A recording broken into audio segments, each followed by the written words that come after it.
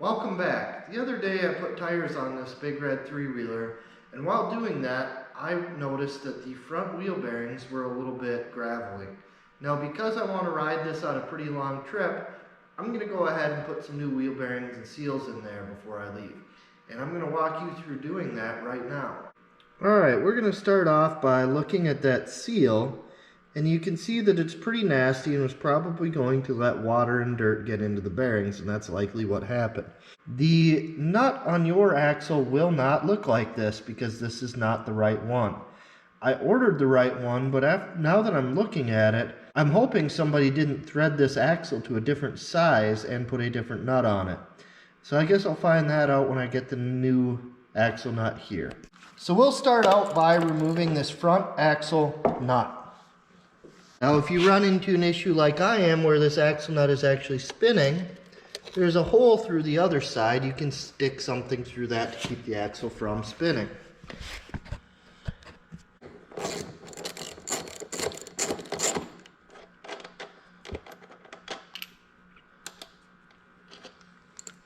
So we take that axle nut off, and then it should just slide out of here, which this one is. I don't have this lifted very high.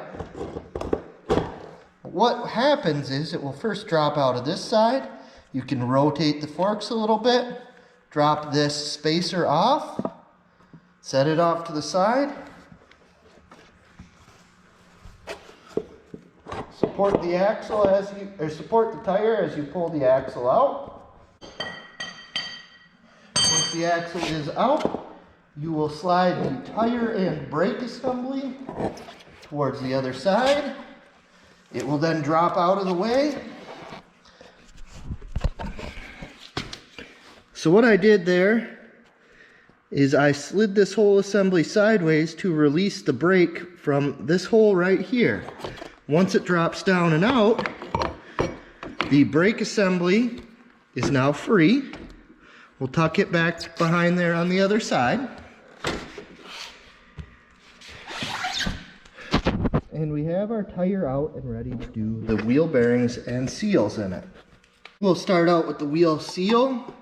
You should be able to get in there with just a small pry bar and pop it out of the way.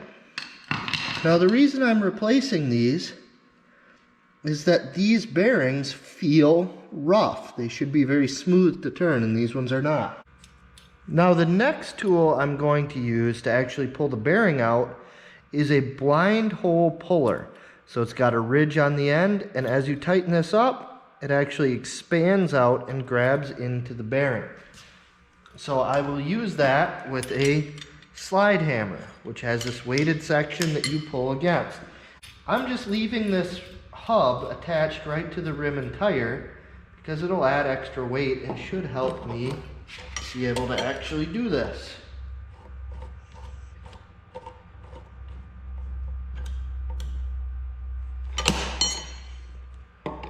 Okay, so I'll bring that in, snug this up with a wrench so it's got a good bite into the bearing. Nothing tight, but just snug. And now all I'm gonna have to do, theoretically, is hammer this out with this sliding handle. And I can see that it's moving. I'm gonna kneel on the tire a little bit to try to keep it in place.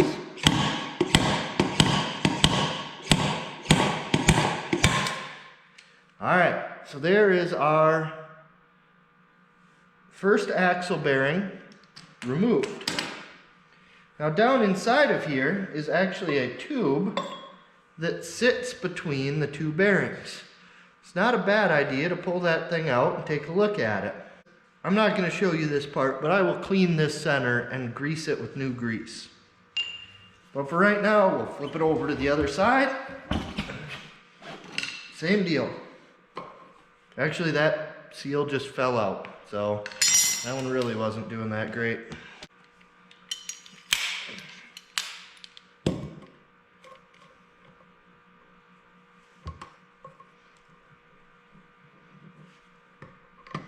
Okay.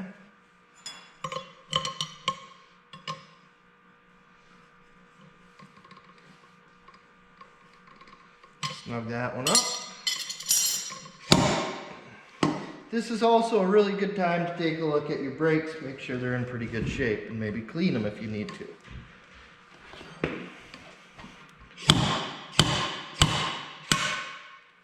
So now we've got both bearings out. And actually down in the center of this hub is really clean and looks like it has some relatively fresh grease in it. So we're not going to worry about that. But it's also a good time to check that out. If it looks real nasty, you can clean that out and spread some fresh grease in there. Now to install this bearing, I'm going to misuse an impact socket. What I did here is I found an impact socket that is almost perfectly the same size. It's just a touch smaller.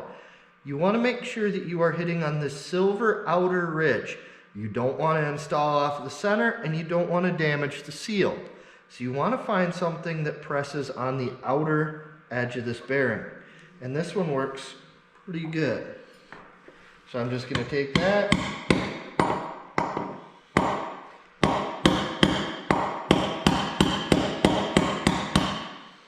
and hammer it down evenly around the whole bearing.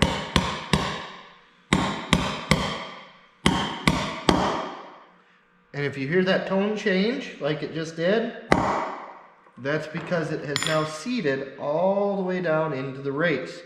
Now I could install my seal right now and it would probably be alright, but I'm going to flip this over and install the other bearing. And I will install the center tube and the other bearing first. I cleaned the center of this out, but I'm also going to take just a little bit of grease and put it on the outside. Theoretically, there should not really be any rust issues in the center of this thing, but because of where I live and will be riding this, and the fact that I know I'm going to take it swimming a few times, we'll go ahead and coat this up pretty good.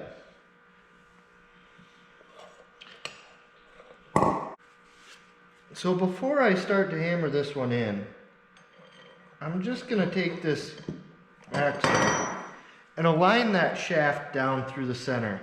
Now it should still move after this is installed, but I want to make sure it's at least close before I start tapping this one in. So I'll use my same socket.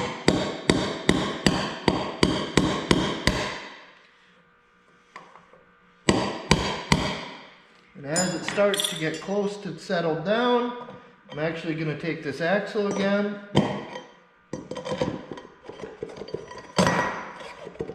realign that center. My concern is that once this bearing is set, it will actually hold that axle, that center piece, and make it difficult to align. Still looking good. Still looking good.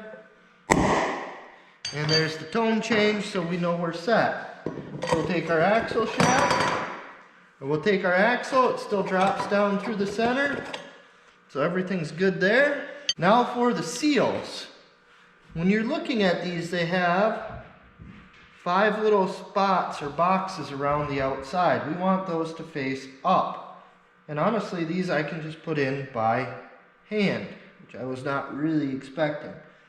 So we've now got that one set in there. I'm going to take just a little dab of grease. And you want to grease the seal anytime you're installing a rubber seal that's going to be riding on metal. This will lubricate the seal edges and make it last longer. So I'm just going to take a rag and kind of wipe the excess off, because that can actually attract dirt. So we're going to want to keep it off the outside a little bit. Flip this unit over. This one also goes in by hand. I'm going to put it just a little bit past flush. You want to make sure that it's nice and even all the way around. Again, take our grease. Got that greased up good. We'll take and wipe the outside of it off. Before I get ready to set this up, I hope this is in frame, we'll take and we'll kind of wipe the area where that seal rides inside the brake drum. So it's now nice and clean as well. Also, while we're here, I'll take a minute to clean up this piece, which is our spacer off the other side. The axle seal actually runs on this area that's a little bit shiny. So clean that up, make sure that we don't have any dirt or debris in that. I've already cleaned all the old grease off of this axle. We'll actually re-grease that when we're going to install it. I'm going to move the camera down to where you can see the installation. Okay, well, so we'll start over here on the brake side. As I roll this tire in between the forks, I'm going to install the drum brake assembly into the tire. Now, if you're having trouble getting it to install, you can actually turn the forks. At least you can on this big red with the suspension. Okay, so we turn the forks, turn it back. So I'm going to take my axle and I'm going to start out by lightly greasing the first 6-8 inches of it. What this will do is help keep it from seizing up and getting stuck in there, which is, I'm sure, what happened that caused somebody to screw up the threads on this end. So we'll slide that through. Now comes the fun part of getting everything lined up. So I've got this in the... Now that center divider tube is actually dropped down and blocking the axle from installing farther. So what I'm going to do is take this large Phillips screwdriver, turn the fork and axle a little bit, and I will install this from the other side and line that tube up.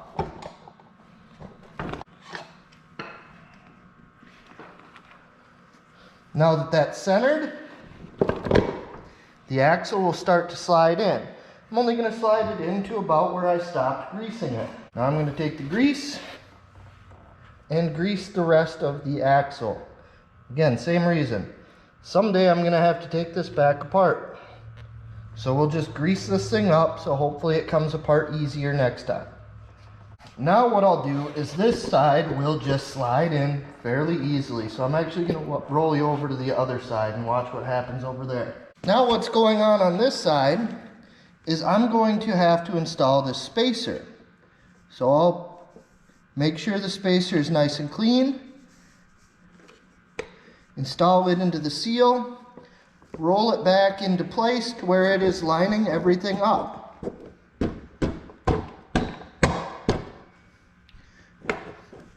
Okay? And as I'm doing that, I'm pushing from the other side, and the axle slides into place. Now this part is not correct because I do not have the correct fastener, but I have a washer and a nut for this one.